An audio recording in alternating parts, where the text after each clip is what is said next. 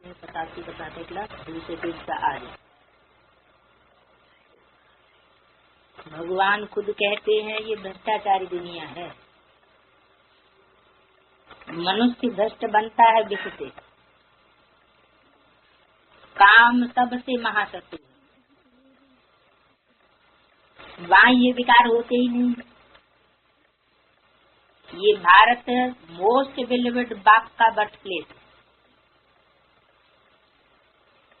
रावण जो दुश्मन है उनको जलाते, जैसे देवियों के चित्र बनाए पूजा करके फिर डुबो देते हैं।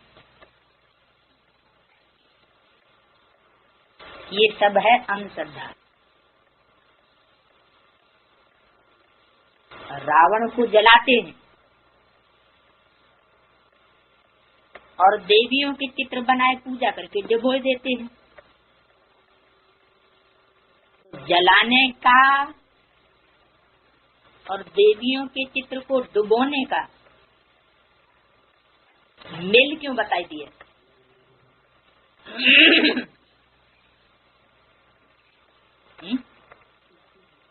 भक्ति मार्ग में जो कुछ भी होता है, चाहे रावण का चित्र बनाते हैं, बुत बनाते हैं, उसको जलाते हैं, या देवियों के चित्र बनाते हैं, सजाते हैं, फिर उनको डुबोते हैं, ये सब यादगार कहाँ की है? तो रावण का भी चित्र जलाते हैं, बुत बनाकर जलाते हैं और देवियों के भी चित्र बनाए करके डुबो देते हैं।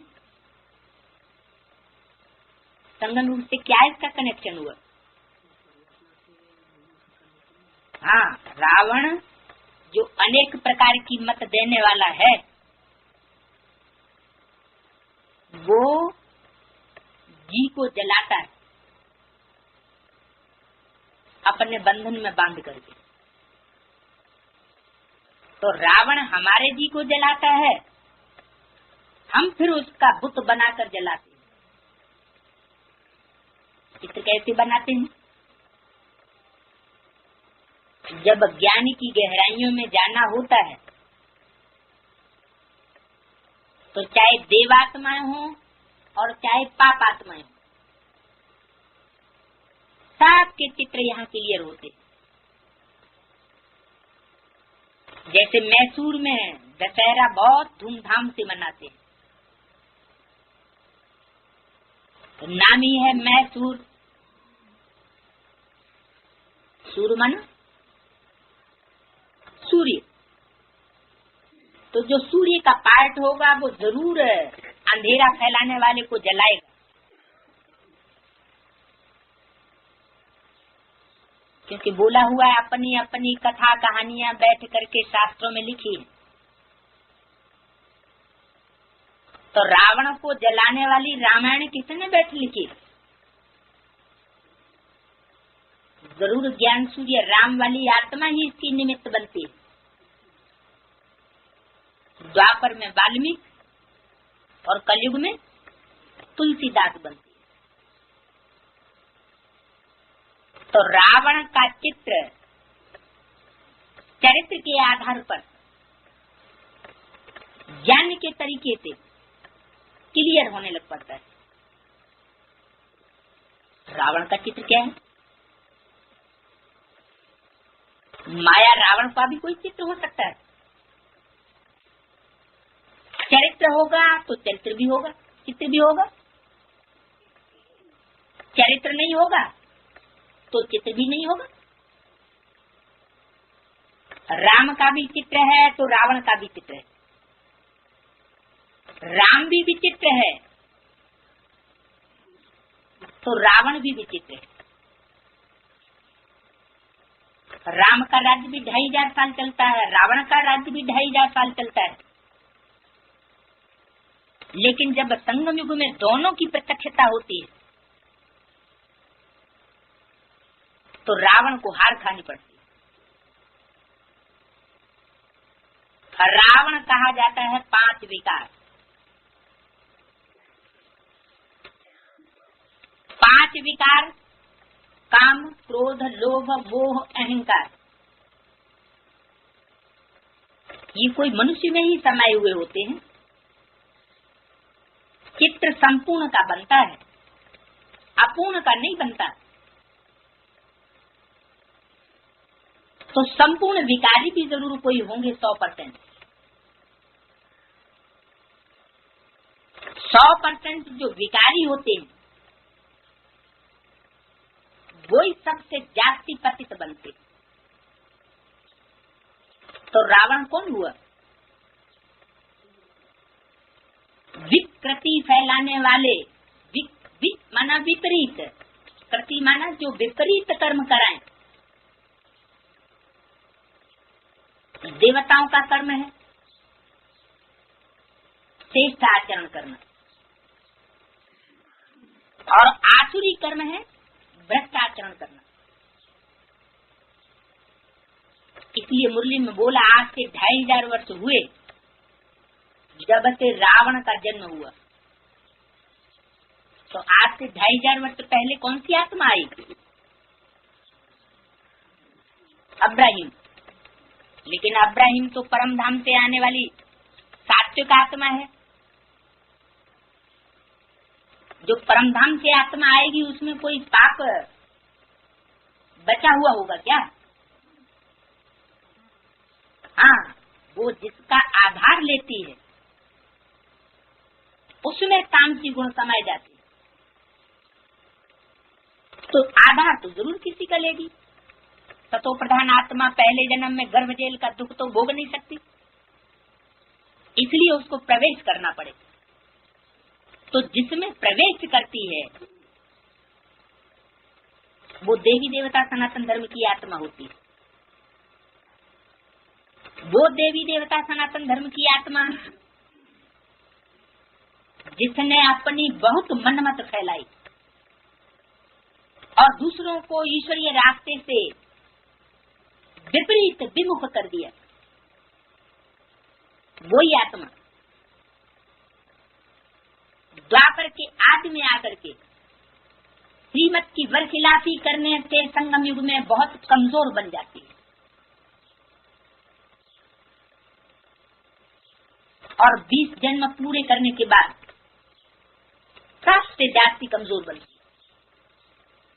उसी में इब्राहिम की सोल प्रवेश करती है और उसकी दृष्टि वृत्ति को करप्ट कर देती। तो यहाँ से शुरुआत होती है द्वैत की। रावण जब से आते हैं तो आपस में लड़ झगड़ करके अपना अपना प्रोविंस अलग अलग कर लेते। पहले तो भारत में एक ही धर्म था, एक ही राज्य था। जब इब्राहिम ने प्रवेश किया तो द्वैत होने से आपस में झगड़ा हुआ। जो पक्की देवी देवता सनातन धर्म की आत्माएं थी वो दृष्टि के विविचार को सहन नहीं कर सकी, क्योंकि इब्राहिम की सोल को ये पता नहीं होता कि सतयुग में कौन सा श्रेष्ठाचार होता है। तो स्वर्ग में जाती ही नहीं। तो जिसमें प्रवेश करती है उस आत्मा को ऑक्युपाई कर लेती, अपने तरीके से चलाती, और वो आत्मा देवता धर्म की जैसे कि कन्वर्ट होकर के इस्लाम धर्म की माता बन जाती। लेकिन ऊपर से आने वाली आत्मा को रावण नहीं कहेंगे। जिसमें प्रवेश किया वही संगम युग में पार्ट बजाता है रावण का। लेकिन जिसमें प्रवेश होता है वो भी आधारभूत आत्मा। उस आधार मूर्त जड़ को भी जन्म देने वाला कोई बीज होता है, और वो बीज होते ही हैं सारे दुनिया के चुने हुए बीज, जिनसे बनती है रुद्रमाला। उस रुद्रमाला में भी लेफ्टिस्ट और राइटियस्ट, 54 राइटियस्ट और 54 लेफ्टिस्ट 2 प्रकार के मणके होते हैं। तो जो लेफ्ट साइड के इस्लाम धर्म के बीज हैं, उनका जो मुखिया है वो उस जड़ को भी जन्म देने वाला होता है। यज्ञ के आदि में ही ये बीज रूप आत्माएं पहले फाउंडेशन डालने वाली बनी। जो बाद में चली गई। मम्मा बाबा की शरीर छोड़ने के बाद फिर दोबारा जन्म लेकर के यज्ञ में आती है और लास्ट सो फास्ट जाती है। जो आधार मूर्त आत्माएं जड़ें हैं उनसे भी वो पावरफुल होती है, ज्ञान की गहराइयों में जाने योग्य होती है। तो इब्राहिम जिसमें प्रवेश करता है उसके शरीर को जन्म देने वाला जो बीज है वो हुआ मुखिया इस्लाम धर्म। इसी तरीके से हर धर्म के बीज हैं। लेफ्टिस्ट धर्मों के बीज रावण संप्रदाय साबित होते हैं, जैसे कामी इस्लामिक, क्रोधी क्रिश्चियंस जो जब क्रोध में आते हैं एटमिक एनर्जी तैयार कर लेते हैं दुनिया का ध्वंस करने के लिए। लोभी मुस्लिम, लोभ में आकर के इन्होंने वो अत्याचार किए हिंदुस्तान में आकर के जो हिस्ट्री में नुधे हुए। और मोही महर्षि दयानंद का आर्य समाज, उनको मोह लगा हुआ है कि हमारी संख्या बढ़ जाए, जनरेशन बढ़ जाए, हिंदू तो दूसरे धर्मों में कन्वर्ट होते रहे, इसलिए उन कन्वर्ट हुए हिंदुओं को हम फिर से हिंदू बनाए। लेकिन उन्होंने कभी क्वालिटी की परवाह नहीं, हर धर्म की आत्मा को निमंत्रण दे दिया कि कोई भी आकर के हिंदुस्तान में हिंदू बन सकता है। तो जो आत्माएं भारत की कच्ची कमजोर दूसरे धर्मों में कन्वर्ट हुई थी, धक्के खा रही थी दूसरे धर्मों में, उन्हें कहीं सुख नहीं मिल रहा था। स्वधर्मे निधनम से पर धर्मो भयावह, दूसरे धर्म में जाकर के तुक भोग रही थी। वो ही आत्माएं खट से आकर के आर्य समाज में आकर के हिंदू बन जाती, आर्य समाजी बन जाती। उन्हीं की कौरव गवर्नमेंट तैयार होती है, जिस गवर्नमेंट में कोई दम नहीं होती। तो महर्षि दयानंद का जो जनरेशन बढ़ाने का मोह है वो भी एक विकार है। उनका भी कोई मुखिया है और उसकी कोई सहयोगिनी शक्ति है मोह की भी। जैसे 5 विकार हैं रावण के रूप, 5 मुख रावण के रूप, तो ऐसे ही उनकी सहयोगिनी शक्तियां भी हैं। आधार मूर्त आत्माएं जिसमें ऊपर से आने वाले धर्म पिताएं प्रवेश करते हैं, तो ऊपर से आने वाली आत्माएं रावण का रूप हुई,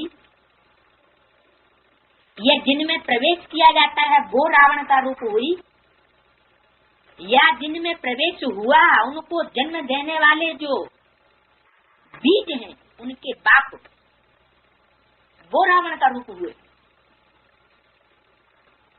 रावण का रूप किसको कहा जाए? वास्तव में आधारभूत आत्माएं जो हैं वो तो माता का पार्ट बजाती है। मंद उदरी कहा जाता है जिनका बुद्ध रूपी पेट मंद है, वो ज्ञान की गहराइयों को नहीं समझ सकती। जो ज्ञान की गहराइयों को समझने वाली बीज रूप आत्माएं हैं वही वास्तव में लेफ्टिस्ट धर्मों की जो बीज रूप बनती है, वही काम क्रोध लोभ मोह अहंकार इन 5 विकारों के असली बीज पुरुष रूप रावण है। और आधारभूत आत्माएं जिनको जड़ों पर बैठा हुआ दिखाया गया है झाड़ के चित्र, वो है मंदोदरी, माया का रूप। वो सिर्फ मुख से कहती हैं, रावण को समझाती भी हैं कि राम का पलड़ा अच्छा है, वही भगवान का रूप है, लेकिन फिर भी फॉलो किसको करती है? रावण को ही फॉलो करती, क्योंकि कमजोरी है बुद्धि में बड़ी। अनेक जन्मों में कन्वर्ट होने के कारण जो कन्वर्ट होने वाली आत्मा है वो भले इस जन्म में आकर के ब्राह्मण बन जाती है, फिर भी पूर्व जन्मों के संस्कारों के मुआफिक वो दूसरे धर्म को ही फॉलो करती है। परमात्मा बाप के वचन को फॉलो नहीं कर पाता। तो रावण भी दुश्मन है, उसको जलाते हैं। कौन जलाते हैं? जो राम संप्रदाय वाले होंगे, राइटियस, वही बुद्धि रूपी क्षेत्र में उनका चित्र तैयार करते हैं ज्ञान के आधार पर कि ये रावण की बीज रूप आत्माएं हैं और ये आधार मूर्त आत्माएं, और उनको संसार में डिक्लेयर करते हैं। अपने आप को भी पहचानना और माया को भी पहचानना। अपने आप को पहचाना, बाप को पहचाना और माया रावण के रूप को न पहचाना तो कभी भी सफलता नहीं मिल सकती। तो यहाँ रावण भी दुश्मन बताया, उसको भी जलाते और देवियों की पहले चित्र बनाते हैं, क्योंकि अज्ञानता के कारण देवियों को ही समझ लेते हैं कि ये भगवती।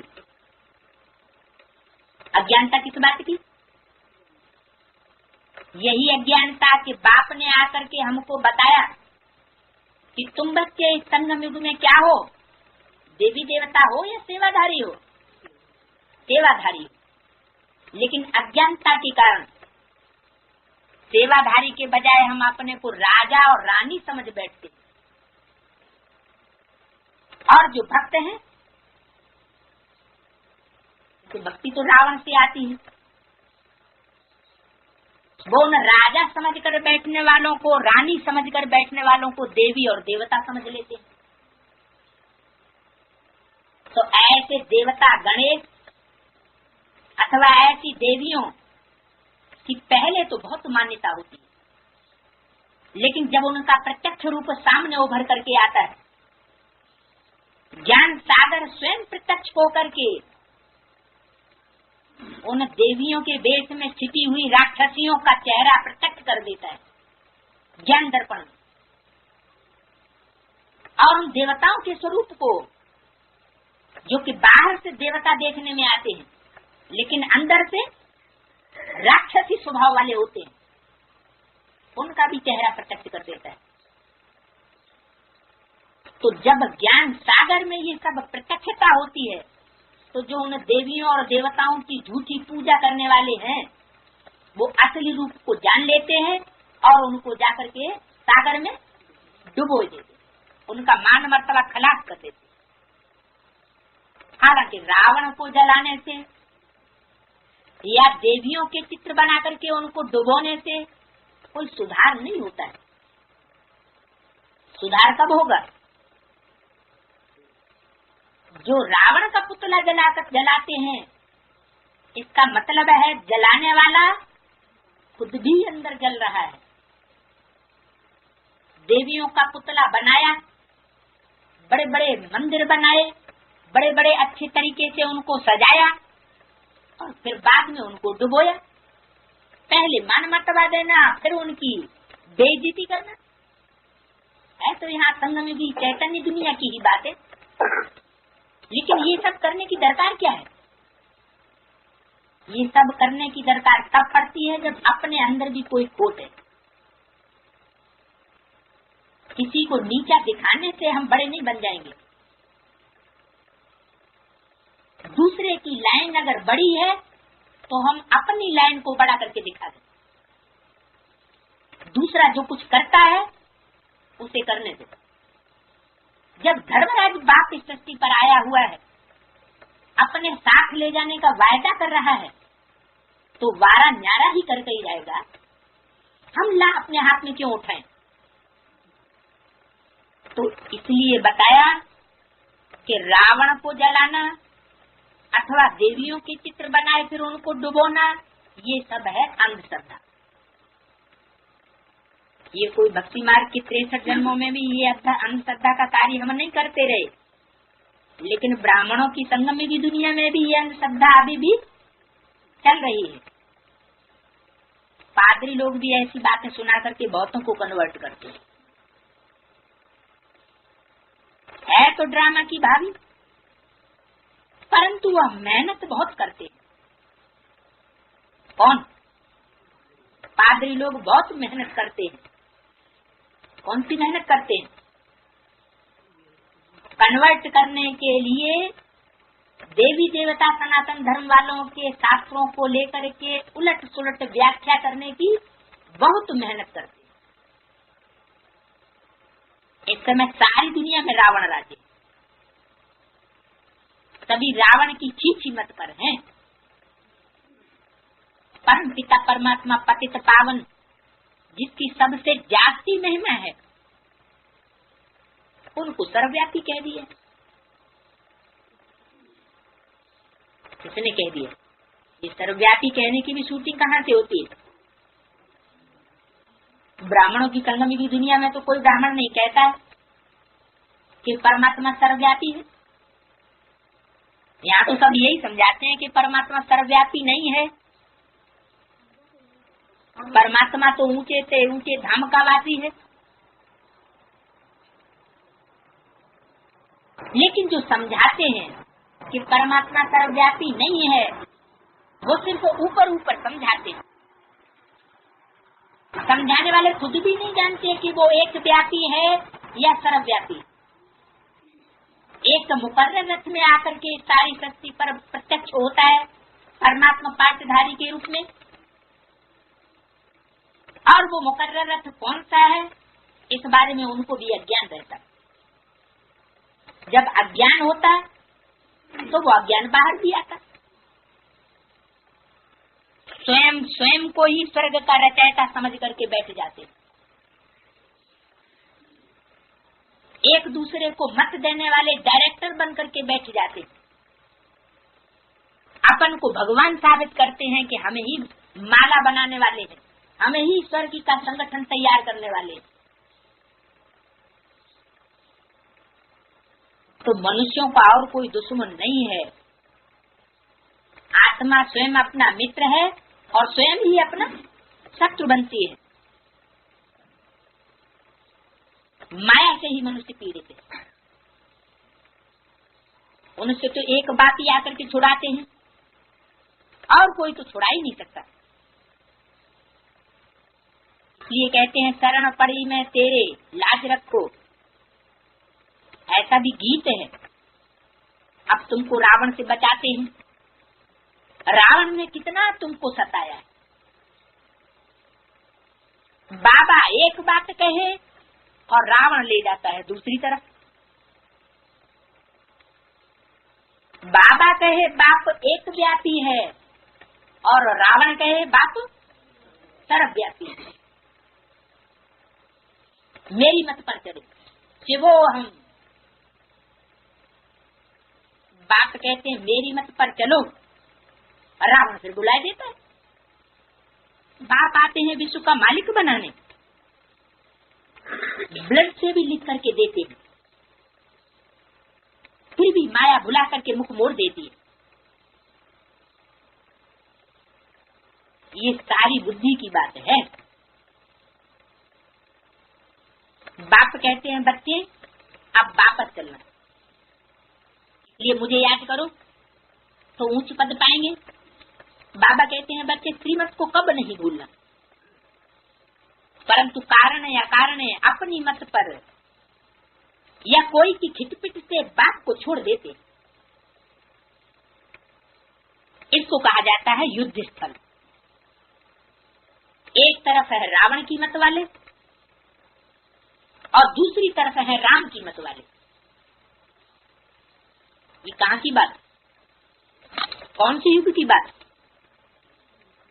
है? संगम युग पर ही रावण भी प्रत्यक्ष होता है और संगम युग पर राम संप्रदाय भी प्रत्यक्ष होता है, राइटियस्ट भी प्रत्यक्ष होते और लेफ्टिस्ट भी प्रत्यक्ष होते। तो दूसरी तरफ राम मत वाले भी हैं। तुम भगवान से स्वर्ग का वर्षा लो, इतने सब ले रहे हैं, क्या ये सब मूर्ख है? तुम भी भगवान की संतान हो, तुम भी वर्षा ले लो। परमपिता परमात्मा ब्रह्मा द्वारा नई सृष्टि रचते हैं। किसके द्वारा? ब्रह्मा द्वारा। कहीं नई सृष्टि रची गई है? ब्रह्मा ने तो शरीर छोड़ दिया, द्वारा ही चला गया, मीडिया ही चला गया, नई सृष्टि कहाँ रची गई? कहते हैं चलो माउंट आबू देखो चल के, सुख धाम और शांति धाम। और नई सृष्टि किसे कहा जाता है? सुख धाम को स्वर्ग और शांति धाम को परम धाम कहा जाता है। ये सुख धाम और शांति धाम यही परमात्मा की सृष्टि है। तो क्या ईंटों का शांति धाम और सुख धाम यही परमात्मा रचता है? ये तो भक्ति मार्ग में भी ऋषिकेश में उन्होंने स्वर्ग आश्रम बनाई दिए, तो नाम रख देने से क्या स्वर्ग बन जाता है क्या? लेकिन ये बात गलत है या सही है कि ब्रह्मा द्वारा नई सृष्टि रचते हैं? क्योंकि परमात्मा बाप के वरसंत, एक एक वरसंत लाखों रुपए की वैल्यू का बताया, उसमें झूठ की तो कोई गुंजाइश ही नहीं। तो ब्रह्मा भी दो हैं, एक अपूर्ण ब्रह्म और एक संपूर्ण ब्रह्म। अपूर्ण ब्रह्मा के चित्र भी नहीं मिलेंगे। पूजा तो न अपूर्ण ब्रह्मा की होती है न संपूर्ण ब्रह्मा की होती। मंदिर और मूर्तियां न अपूर्ण ब्रह्मा के बनते न संपूर्ण ब्रह्मा के बनते। हाँ, चित्र मिलते हैं। गायन है संपूर्ण ब्रह्मा का। संपूर्ण ब्रह्मा को कितने हाथ दिखाए जाते? 4 हाथ। तो अपूर्ण ब्रह्मा है 2 भुजाओं का, ब्रह्मा और सरस्वती। ये 2 आत्माएं जब अपना शरीर छोड़ करके कोई ब्राह्मण बच्चों में प्रवेश करती है तो संपूर्ण ब्रह्मा तैयार होता है और उस संपूर्ण ब्रह्मा के द्वारा ही नई सृष्टि का सृजन होता है। ब्राह्मणों का नया संगठन तैयार होता है, जिनको कहा जाता है पक्का ब्राह्मण द्विजन्म। 3 सूत्रों की जानकारी धारण करने वाला ब्राह्मण, यज्ञोपवीतधारी। 3 सूत्र कौन से? ब्रह्मा कौन, विष्णु कौन और शंकर कौन। तीनों मूर्तियों का जिसको पूरा ज्ञान जितने बुद्धि में धारण किया है, वही वास्तव में पक्का ब्राह्मण। त्रिमूर्ति शिव कहा जाता है, एक मूर्ति शिव नहीं कहा जाता। त्रिमूर्ति शिव जयंती गाई जाती है, एक मूर्ति शिव जयंती नहीं कहा जाता। यज्ञ के आदि में भी वो तीनों मूर्तियां मौजूद होती है। जो आदि में होगा वो अंत में भी होता है। इसका नाम ही है ओम मंडली। आ ब्रह्मा, उ विष्णु, मां महेश, ये 3 की मंडली है। ये कभी एक दूसरे से अलग नहीं हो सकते। एक बाप के 3 बच्चे हैं। जो इनको अलग करते हैं वो महान अज्ञानता में, Brahma party, Shankar party, Vishnu party. किसी मुरली में अव्यक्त वाणी में ये पार्टी बाजी नाम दिया? ये नाम किसके दिए हुए? ये नाम दिए जाते हैं अज्ञानी व्यक्तियों के द्वारा, जिनके कर्म कुछ और हैं और वाचा में कुछ और होता है। कथनी करनी एक नहीं होती, वही ऐसी बातें करते हैं। तो वास्तव में ब्रह्मा द्वारा नई सृष्टि रचते हैं वो ब्रह्मा होता है संपूर्ण, 4 भुजाओं वाला। भुजा माना 4 आत्माएं मददगार बने। 4 भुजाओं का ब्रह्मा कह दो अथवा 4 भुजाओं का विष्णु कह दो, बात एक ही हो जाती है। तो जो नई सृष्टि रचते हैं वो नई सृष्टि वही माला कही जाती है। माला माना संगठन। ऐसे नहीं कि विष्णु द्वारा देवता रचे। विष्णु द्वारा देवता थोड़े रचे जाते हैं। रचना किसके द्वारा होती है? 25 नंबर के रजिस्टर में 4387 का पाठ्य क्लास दूसरे पेज के मध्य में। तो ब्रह्मा द्वारा विष्णुपुरी रची गई। ब्रह्मा को विष्णु बनने में टाइम कितना लगा? 1 सेकंड में ब्रह्मा से विष्णु बनता है। 1 सेकंड में ब्रह्मा से विष्णु जैसा ऊंचे पद पा जाता है। तो ये 60-65 वर्ष का इतना लंबा संगम युग किस खाते में जाता है? वो कौन सा सेकंड है? वो सेकंड है अभ्यास की परिपूर्णता का। राजयोग का भी अभ्यास करना पड़ता है, पढ़ाई में भी टाइम लगता है, पतित से पावन बनने में टाइम लगता है, आत्मा को तमो प्रधान से सतो प्रधान बनने में भी टाइम लगता है। हाँ, कोई की अभ्यास, कोई की दौड़ ऐसी होती है कि लास्ट में 1 सेकंड रह जाए तो वो हाई जंप लगा करके आगे चला जाता है। तो दौड़ अपनी अपनी है। ब्रह्मा की सोल के लिए ये विशेष गायन है कि लास्ट सेकंड में उसने ऐसी हाई जंप लगाई कि पतित ब्रह्मा से क्या बन गया? पावन विष्णु बन गया। तो जरूर नंबरवार ब्राह्मण भी इसी लिस्ट में होंगे। ये पुरुषार्थ की रफ्तार की बात है।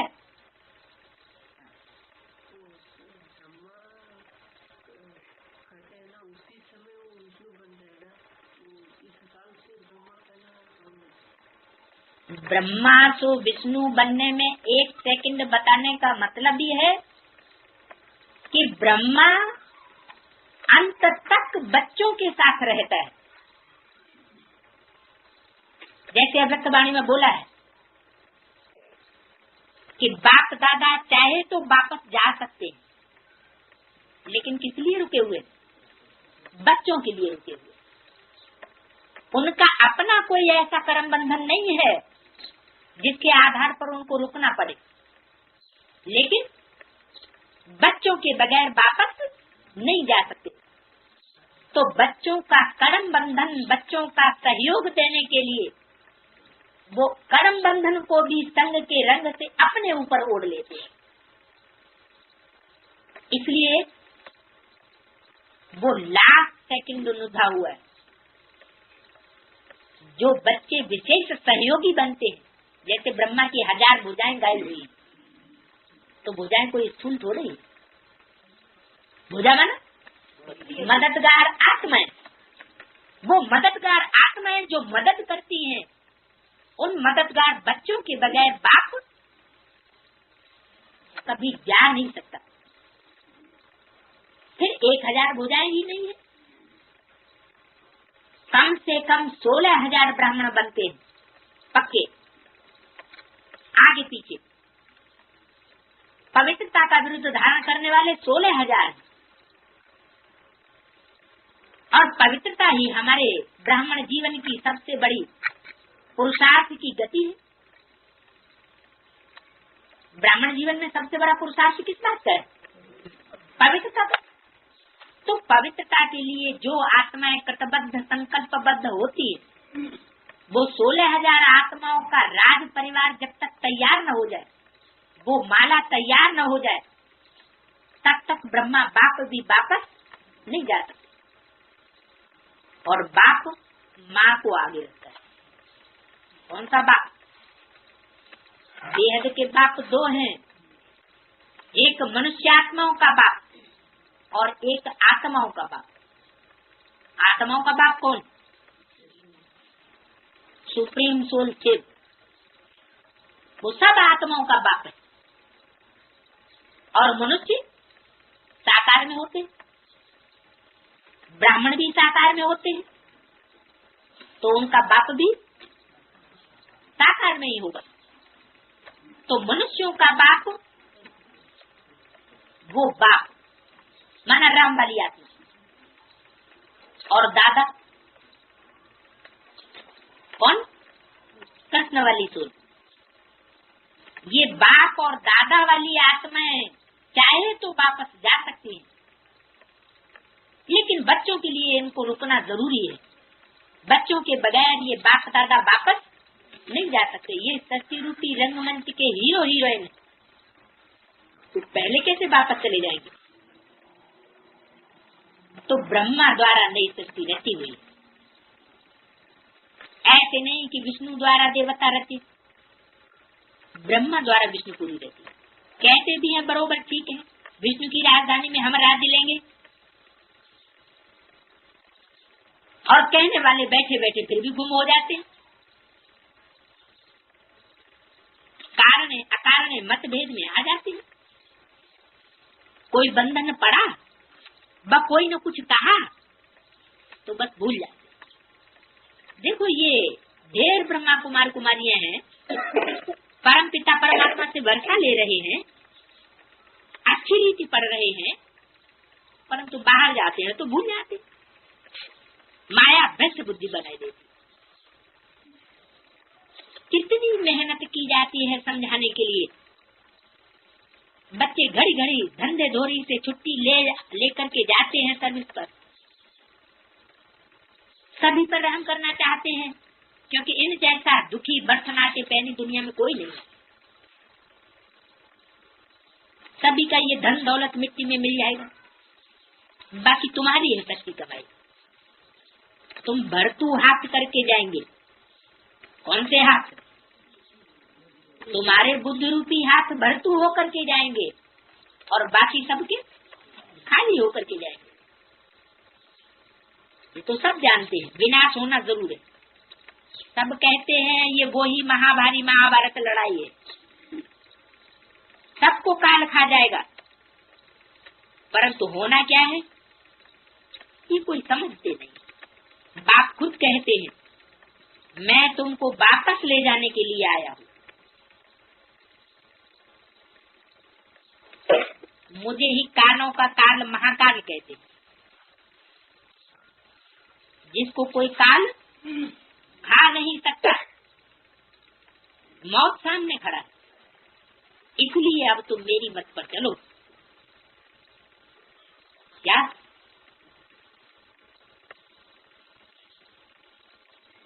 मौत भी दो तरह का है।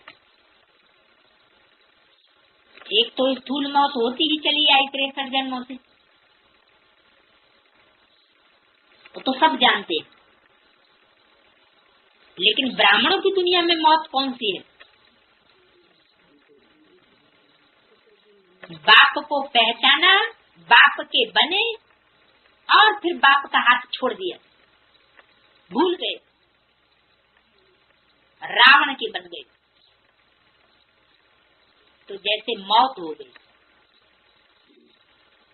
अब ये महाभारी महाभारत गृह युद्ध ब्राह्मणों की दुनिया में पहले सामने खड़ा है कि बाहर की दुनिया में पहले होगा। विनाश ज्वाला रुद्र ज्ञानी यज्ञ कुंड से प्रज्वलित हुई, तो पहले सेक किसको लगेगा? पहले ब्राह्मणों की दुनिया में सेक लगेगा ना। तो जो कच्चे ब्राह्मण होंगे वो खलास होगी। मौत सामने खड़ा है, इसलिए अब तुम मेरी मत पर चलो। अगर मेरी मत पर नहीं चलेंगे तो क्या होगा? काल खा जाएगा। मुझे ही काल काल महाकाल कहते हैं।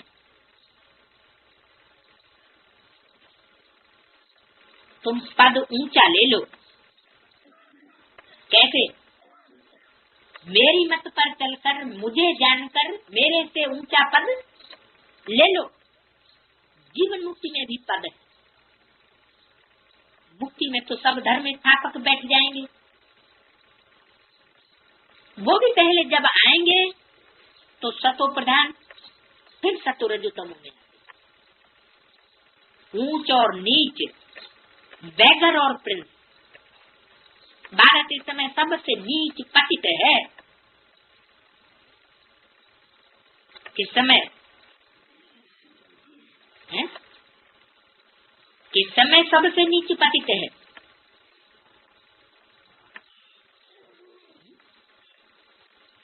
जब परमात्मा बाप इस सृष्टि पर आते हैं तब उस समय भारत की क्या हालत होती है? भारत सबसे नीचे पतित स्टेज में होता है।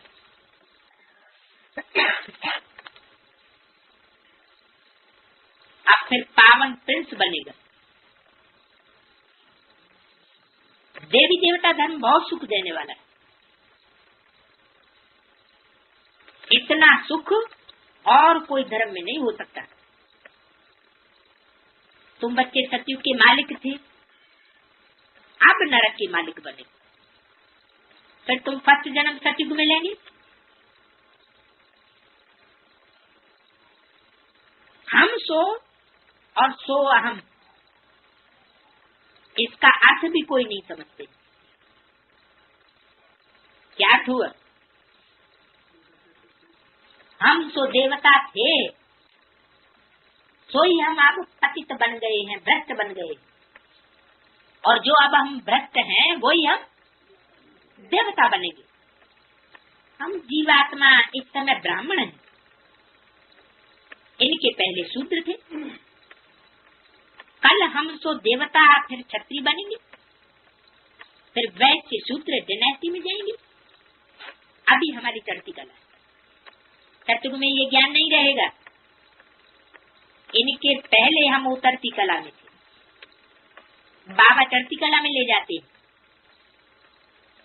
परंतु किस किस की बुद्धि में ये ज्ञान ठहरता नहीं है, क्योंकि बुद्धि योग मेरे साथ नहीं है। इसलिए गोल्डन एज वर्तन बनता ही नहीं। बाप कहते हैं सिर्फ बाबा बाबा मुख से नहीं कहना, परंतु बाबा को अंदर से ऐसे ऐसे याद करना है जो अंत मते सुगति हो जाए। मुख से बाबा कहें, वो तो 63 जन्म मुख से कहते आए, और अंदर से पहचान ही नहीं थी तो याद कहां से आएगा? अभी मुख से कहना बंद। अंदर में जैसे गीत बजता है,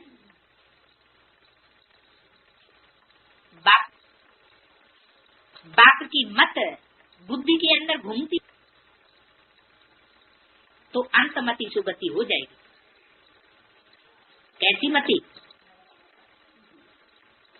अंत में कैसी मति हो जाए? मन मना भव, मन मना भव, ये 3 अक्षर हैं। कौन कौन से 3 अक्षर? मत माना मेरे, मना माना मन में, भव माना समाज। मन में मेरे समा जाए, इसका क्या मतलब हुआ? मेरे मन के अंदर जो संकल्प है, उन संकल्पों में तू अपने संकल्पों को डुबा दे। यानी जो बाप का संकल्प, सो बच्चे का संकल्प। संकल्प मात्र भी कहीं विरोधाभास न हो।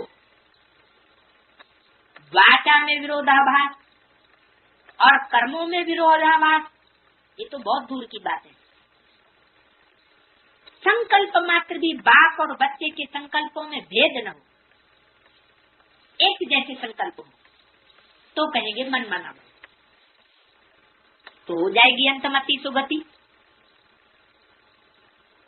अंत में जिसकी ऐसी मति होगी, परमात्मा बाप के ही संकल्प उसकी बुद्धि में फिरेंगे, तो दूर लंदन में बैठे भी बाप के संकल्पों को वो कैच कर सकेगा। देहभान को छोड़ अपन को आत्मा समझ। जितना अपने को आत्मा समझेंगे, बाप को याद करेंगे,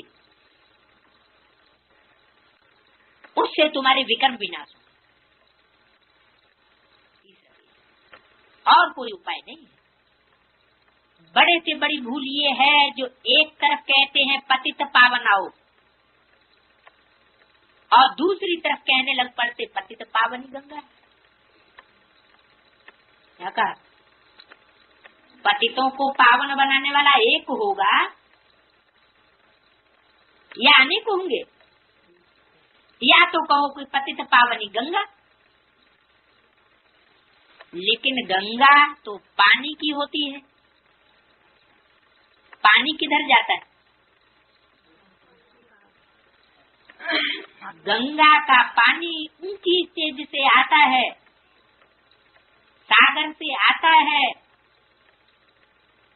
पहाड़ पर ऊंची स्टेज पर गंगा का जल तैयार होता है और कहाँ जाता है? नीचे की ओर जाता है। गंगा का जल हमेशा नीचे की तरफ ले जाने वाला होता है। और कहाँ पहुँचती है गंगा? फिर लास्ट में सारा कचरा इकट्ठा करके कहाँ पहुँचती है? सागर में पहुँचती है। सागर में जब गंगा पहुँचती है तो खुद भी शुद्ध और पवित्र बनती है, और उसके अंदर जो कचरा है वो भी शुद्ध और पवित्र बनता है, या तो सागर में समा जाता है। तो नदी, असली नदी वो है जिसका सागर से कनेक्शन है। सागर से कनेक्शन होगा तो ऊंची स्टेज में होगी, और सागर से अगर संबंध जुटा हुआ नहीं है तो नदी भी नाला बन जाती है, कचरे को वहन करने वाली। वृत्ति का कचरा उसमें इकट्ठा होता रहता है, उससे पतित पावनी नहीं बन सकती। क्या बनाएगी? पतित ही बनाएगी। तो गंगाएं कोई पतित पावनी नहीं है। पतितों को पावन बनाने वाला सिर्फ एक गाया हुआ है। लाखों स्नान करने जाते हैं, उन सबको समझाना है भगवानवाद। ये जो तुम यज्ञ तप दान आदि करते हो, इनसे मेरे को नहीं मिलते। क्या गंगा के किनारे जाकर क्या क्या करते हैं? बड़े बड़े यज्ञ रचते हैं, तपस्या तपते हैं, बहुत दान करते हैं, पुण्य करते हैं, लेकिन इनसे मेरे को कोई प्राप्त नहीं हो सकता। क्यों?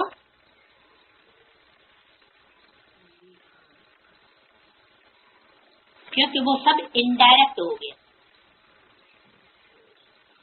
इनडायरेक्ट जो कुछ भी करते हैं उससे एक जन्म की प्राप्ति होती है, और डायरेक्ट बाप के प्रति जो कुछ भी करते हैं उससे 21 जन्मों की प्राप्ति होती है। तो अभी तुम मेरे बनो, अभी तुम एकदम पतित बन गए हो, एक भी मेरे पास नहीं आया। माना पास आने का मतलब क्या हुआ? बाप के नजदीक पहुंचना। जो बाप का पुरुषार्थ, जो बाप का संकल्प, जो बाप की बुद्धि, उस बुद्धि तक पहुंचना। नाटक में पिछाड़ी सब एक्टर्स को रहना होता है। जब नाटक पूरा होगा तब सबको वापस जाना है। 500 करोड़ आत्माएं हैं, वृद्धि को पाती रहती हैं, बीच से कोई निकल नहीं सकता। स्थापना करने वाले भी यहाँ बैठे हैं, 84 जन्म लेने हैं। क्या कहा? असली स्थापना करने वाले कौन हुए? जो पूरे 84 जन्म लेने वाले हैं, जिनका 1-2 जन्म कम हो जाएगा, वो स्वर्ग की स्थापना के सहयोगी नहीं बन सकेंगे। वो अपने अपने धर्म में कन्वर्ट होने वाले विधर्मी हैं, वो कम जन्म लेंगे, बाप की पूरी बात न समझेंगे और न दूसरों को समझा सकेंगे, और नई दुनिया का फाउंडेशन लगा सकेंगे। झाड़ को जर्जरीभूत अवस्था को पाना ही है। ये बहुत अच्छी बात है समझने की। बड़ा खबरदार भी रहना है कि माया कहाँ धोखा न दे दे। अपना मुंह ऊपर में रखना है, खुशी से जाना है। जैसे मुर्दे का मुंह फेरते हैं, पहले किस तरफ मुंह होता है? पहले शहर की तरफ मुर्दे का मुंह होता है, फिर जब शमशान घाट में पहुंचते हैं तो शहर की तरफ पांव कर देते, लात कर देते और मुख कर देते शमशान घाट की तरफ। तो जब दुनिया बदलनी होती है, खास करके ब्राह्मणों की दुनिया, तो क्या करते हैं, मुख घुमाया जाता है। ये सारी दुनिया कब्रिस्तान बनी पड़ी है, सब मुर्दे बने पड़े, उन मुर्दों का मुख घुमाया जाता है। क्या चक्र घूमता है, जब चक्र घूमता है तो नीचे की यार ऊपर और ऊपर की यार नीचे पहुंच जाती है। तो मुख घुमाने का मतलब क्या हुआ, जो देह और देह के संबंधी, चाहे वो लौकिक हो चाहे अलौकिक हो, जिनमें बुद्धि लग जाती है, उनसे बुद्धियों को तोड़ाए के एक शमशान घाटवासी शिव बाप की तरफ बुद्धियोग लगाया जाता है। शिव के मंदिर कहाँ बनाए जाते हैं, शहर के अंदर या शहर के बाहर? अक्सर करके शमशान घाट में शिव के मंदिर होते हैं, शहर के बाहर। उस दुनिया से बुद्धियोग तोड़वाना और बाप से बुद्धियोग लगवाना, ये हुआ मुर्दे का मुख फेरना। बाबा कहते हैं तुम अपना मुंह स्वर्ग की तरफ रखो, शांति धाम और सुख धाम बुद्धि में रहे, लात नरक की तरफ। जो दुनिया भस्म होने वाली है उसको बुद्धि योग से लात मारो, और जो नई दुनिया सामने खड़ी है उस तरफ अपनी बुद्धि का योग रखो। इसलिए कृष्ण का ऐसा चित्र बनाया हुआ है। कैसा है? हाथ में बुद्धि रूपी, हाथ में है स्वर्ग का गोला, माने नई दुनिया की सारी प्लानिंग उसकी बुद्धि में भरी पड़ी है। बुद्धि रूपी हथेली में तीरी पर बैठ जो दिखाया है, इसका मतलब है कि बुद्धि रूपी हथेली में नई दुनिया की सारी प्लानिंग है। किसकी बुद्धि में? ब्रह्मा बनाम कृष्ण की सोल जिस किसी भी ब्राह्मण बच्चे में प्रवेश करके पार्ट बजाती है, तो उसकी बुद्धि में नई दुनिया की सारी प्लानिंग आ जाती है, और पुरानी दुनिया को क्या करता है? लात मार देता है, क्योंकि अब उस दुनिया में आग लगने वाली है। जो भस्म होने वाली दुनिया है उसकी लोक लाज की परवाह नहीं करनी पड़ती, नहीं करनी होती है, और जो दुनिया सामने खड़ी हुई है उसके लिए ज्यादा तवज्जो देनी होती है। श्याम सुंदर बनते हैं, तुम भी नंबर 1 गोरे बनते हो। कौन बनता है श्याम सुंदर? वही कृष्ण अर्थात ब्रह्मा की सोल कोई ब्राह्मण बच्चे में प्रवेश करके श्याम से श्याम पार्ट बजाती है और सुंदर से सुंदर पार्ट बजाती है। जो काले तमो प्रधान है, दुखदाई है, उनके लिए श्याम पार्ट बजाती है, और जो सुखदाई है, देवात्माएं हैं, उनके लिए सुंदर पार्ट बजाती है। एक ही व्यक्तित्व में दोनों प्रकार के पार्ट मिलेंगे, श्याम से श्याम, काले से काला और गोरे से गोरा। इसलिए बोला है ऐसा श्याम सुंदर और कोई धर्म में नहीं होता। तब कहते हैं मनुष्य से देवता की करत न लागी वार, अर्थात कलयुग को सतयुग बनाना बाप का काम है, ये कोई मनुष्य का काम नहीं है। तुम बच्चे जानते हो हम श्रीमत पर विश्व का राज्य स्थापन करते हैं, उसमें आकर के राजी करेंगे।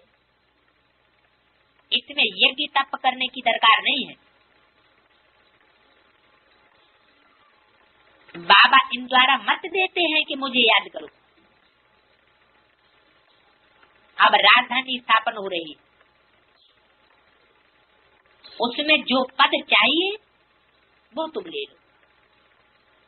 जैसे ये मम्मा अब ज्ञान ज्ञानेश्वरी है, इसकी ईश्वरी है, ज्ञानियों की ईश्वरी,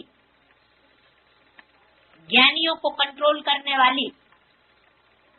ईश माना शासन करना, ईश्वर माना शासन करने वाला, ईश्वरीय माना शासन करने वाली।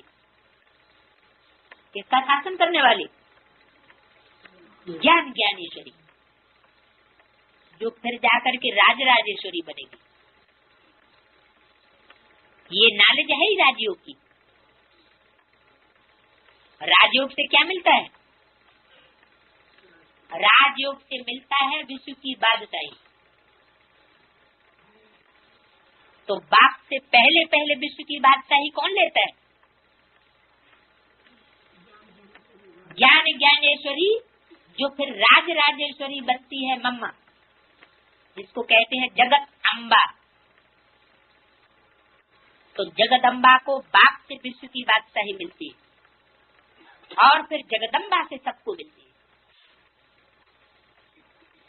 तो ऐसे कॉलेज में कितनी अच्छी रीति पढ़ना चाहिए।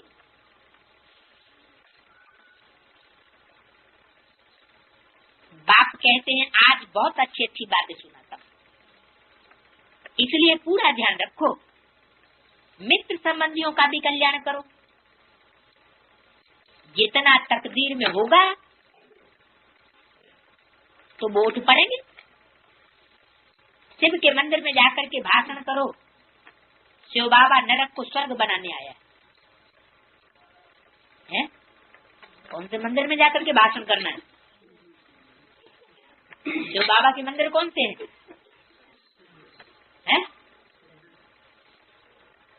वो जड़ मंदिरों की बात नहीं है, ब्राह्मणों की दुनिया में भी मंदिर हैं, सारे ही नहीं, जहाँ सिर्फ शिव की मान्यता है। एक बाप शिव ज्योति बिंदु को बेसिक नॉलेज के आधार पर याद करने वाले हैं, किसी देहधारी में फंसने वाले नहीं है। ऐसे सेंटर्स में जाकर के उनको परिचय दो, बताओ कि शिव बाबा नरक को स्वर्ग बनाने आया है। ऐसे नहीं आकर के चला गया है, लेकिन आया है। बहुत सुनने के लिए आएंगे, तुम्हारी माया के साथ जबरदस्त लड़ाई है। तुम जब सुनाओगे कि बाप आया हुआ है तो माया क्या करेगी? माया रावण लड़ाई करेगी, बाप है ही नहीं। तुम कहोगे बाप आया हुआ है, वो कहेंगे नहीं। तुम कहोगे बाप एक व्यापी है, मुकर्रर रथ में आता है, जो आदि में मुकर्रर सो अंत में मुकर्रर, बाकी बीच में टेम्परेरी है। तुम कहोगे कि मुकर्रर रथ में एक में आया हुआ है, एक व्यापी बनकर, वो कहेंगे नहीं, बाप तो सर्वव्यापी। अच्छे अच्छे बच्चों को आज नशा चढ़ता है, कल गुम हो जाता है। तुम जानते हो पुरानी दुनिया खत्म होनी। नशा कब चढ़ता है? बाप के ऊपर विश्वास निश्चय धारण करते हैं तो नशा चढ़ जाता है, और माया के बनते हैं तो नशा गुम हो जाता है। हम ये पुराना शरीर छोड़ा, अब नई दुनिया में जाकर के पैर धरेंगे। अब ये दहली परिस्थान होगी। कौन सा स्थान? परियों का स्थान। परियां क्या करती है? परियों को होते हैं ज्ञान योग के पंख। ज्ञान योग के पंखों से उड़ने वाली परियों का स्थान बनेगी। अब परिस्थान में जाने के लिए गुलगुल बनो।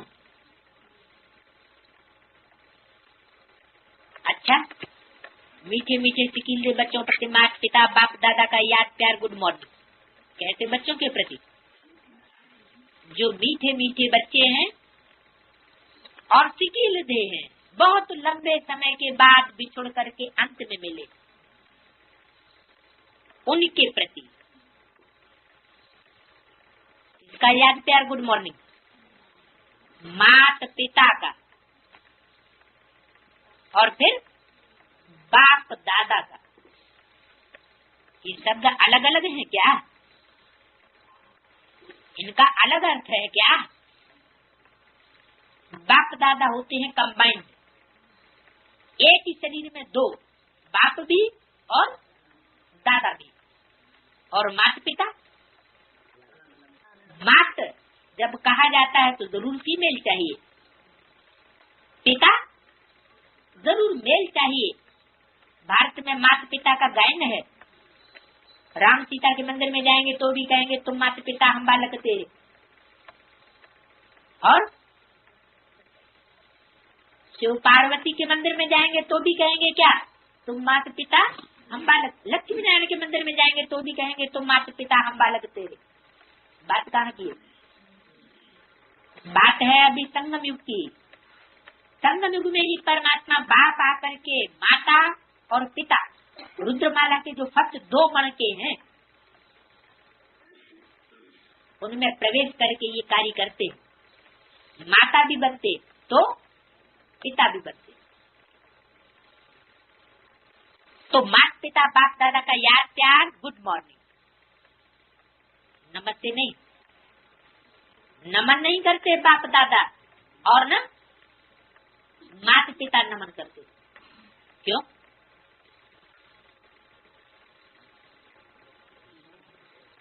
माता पिता नमन क्यों नहीं करते? नमन माना माथा झुकाना, माथा क्यों नहीं झुकाते है? बच्चों की बुद्धि बड़ी होगी कि माता पिता की बुद्धि बड़ी होगी? बच्चे तो बच्चे ही हैं। बच्चों को माता पिता की मत पर चलना है या माता पिता को बच्चों की मत पर चलना है? कौन किसको माथा झुकाए? जरूर बच्चों को ही झुकाना पड़े। बच्चे अप एंड डाउन में आते हैं,